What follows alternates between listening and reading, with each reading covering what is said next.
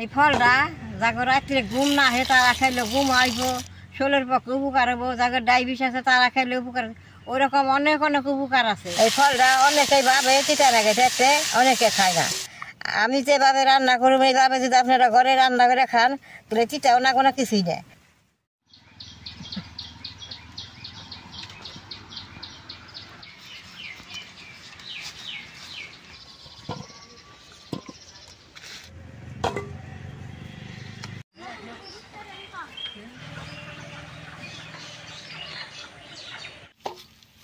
দাদা ভাই, দিদি ভাই, নমস্কার।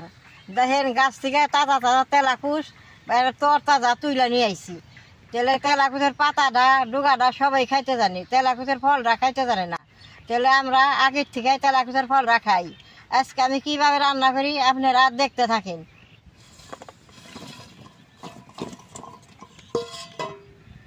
এই ফলটা রাস্তার পাশে যে গাছ থাকে, গাছে মাঠে সবখানে আহে। এই ফলটা খাইতে বহুত উপকার আছে। যারা জানে তারাই খায়, যারা না জানে তারা খায় না। দেন আমরা জানি, আমরা তেলাকুশের ফলটা খাই রান্না করে।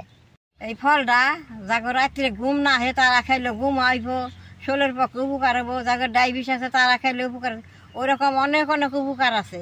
এই ফলটা খুব উপকারী বস্তু। ফলটা আমি এখন সুন্দর করে ধুয়ে কাইটা নেব।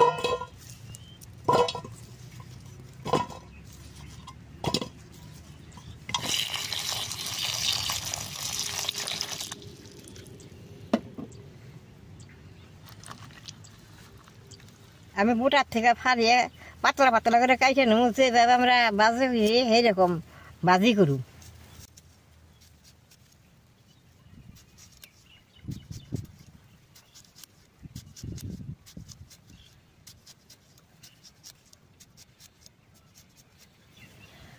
দেখেন এরকম করে পাতলা পাতলা করে কাইটে নেব।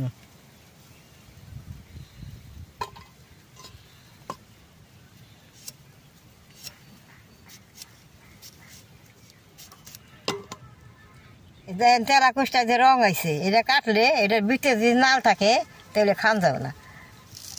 এই যে দেখেন কি সুন্দর ডগডগা নাল, এটা খান যাবে না, এইটা ফালাই দেন না। এই যে কুমড়াটা দেখেন ভিতরে কি সুন্দর, এটা ভাজি করলে খাইতে খুব ভালো। ফলটা ভাজা করলে একদিন যে খাইবে দেন একবার হসা বাজার মতো হবো, খাইতে কে ধরাই পারবো না। কুমড়া যেদি তেলাকুচা কাইটে নিছি, যেদি নালটা বেড়ে চল ফেল দিছি, অনেকটা একটু ধুয়ে অল্প জল দিয়ে ভাব দিয়ে নেবো, তাই চিতাটা বেরিয়ে যাবো, তাহলে খাইতে খুব ভালো লাগবো।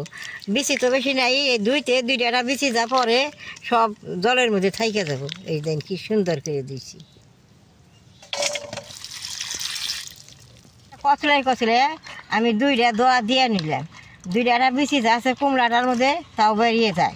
চুলাটা জ্বালাই নিছি, কড়াইটা বহাই দিম।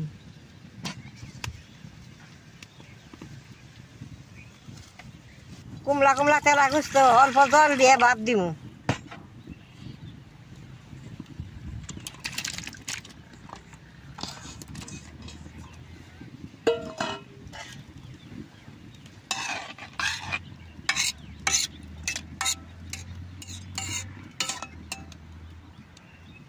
তেলাকুশটা যখন রান্না করবেন ভাপ দিবেন, ডাইকা দিবেন না। তিতা এই দেয় ওই বাপের নগে উঠা যাইব, খাইতে তিতা নাগবো না। ডাইকা দিলে তো ওই যে তিতা ভাপটা বেরিয়ে পারবো না। ওই তিতা ভাপটা যে ওইটার নগে মিশ হয়, খাইতে তিতা নাগে। আর উদলা করে দিলে বাদে সুন্দর ভাপটা বেরিয়ে যায়, তিতা ভাপটা বেরিয়ে যায় গা।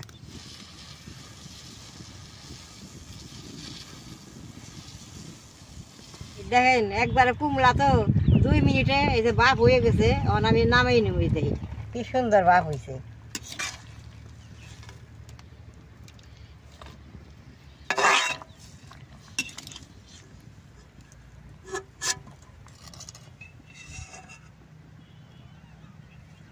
কড়াইটা গরম হয়েছে, তেলটা দিয়ে তেলাকুশটি এখন বেশ সুন্দর করে ভাইজে নেব। কালি জিরা আর ককরা আমান রসুন দিয়ে দিব সোমবারে।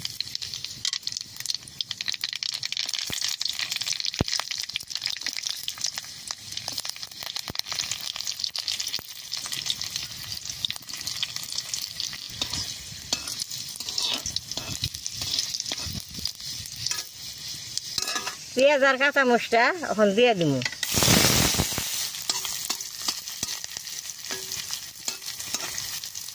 তা বেশি ভাজুম না, এরকম আদা ভাজা করছি। এখন তেলাকুচটা দিয়ে দিব, এক নখ করে বেশ সুন্দর করে ভাজুম।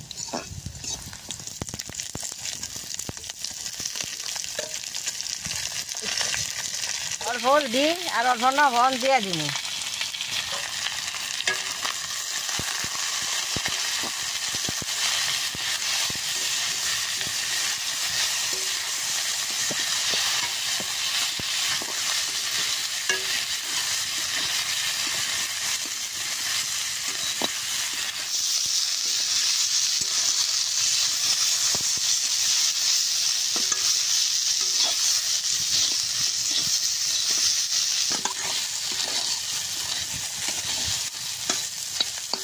দাদা ভাই, দিদি ভাই, এই জিনিসটা বেশি তেল মশলা দিয়ে ভাজন লাগে না, অল্প মশলা দিচ্ছে, অল্প তেল দিয়ে আমি জিনিসটা ভাজা ভাজা করলাম।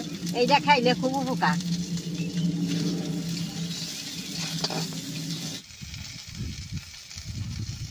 দেখেন ভাজাটা হয়ে গেছে কি সুন্দর। এর থেকে মশমশাও করুম না, আবার ঢিলাও রাখুন না। এই ভাজাটা রুটি দিয়ে ভাত দিয়ে খাইতে সেই ভালো লাগে। এখন ভাজা হয়ে গেছে, আমি নামেই নিব।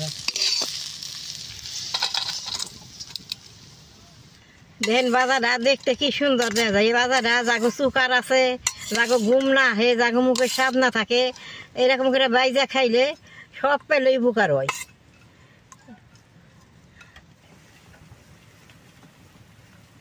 দেখলেন তো আমি তেলাকুচের ফলটা কিভাবে ভাজলাম। এরকম করে আপনারা ঘরে বাইজা খেয়ে হারবেন।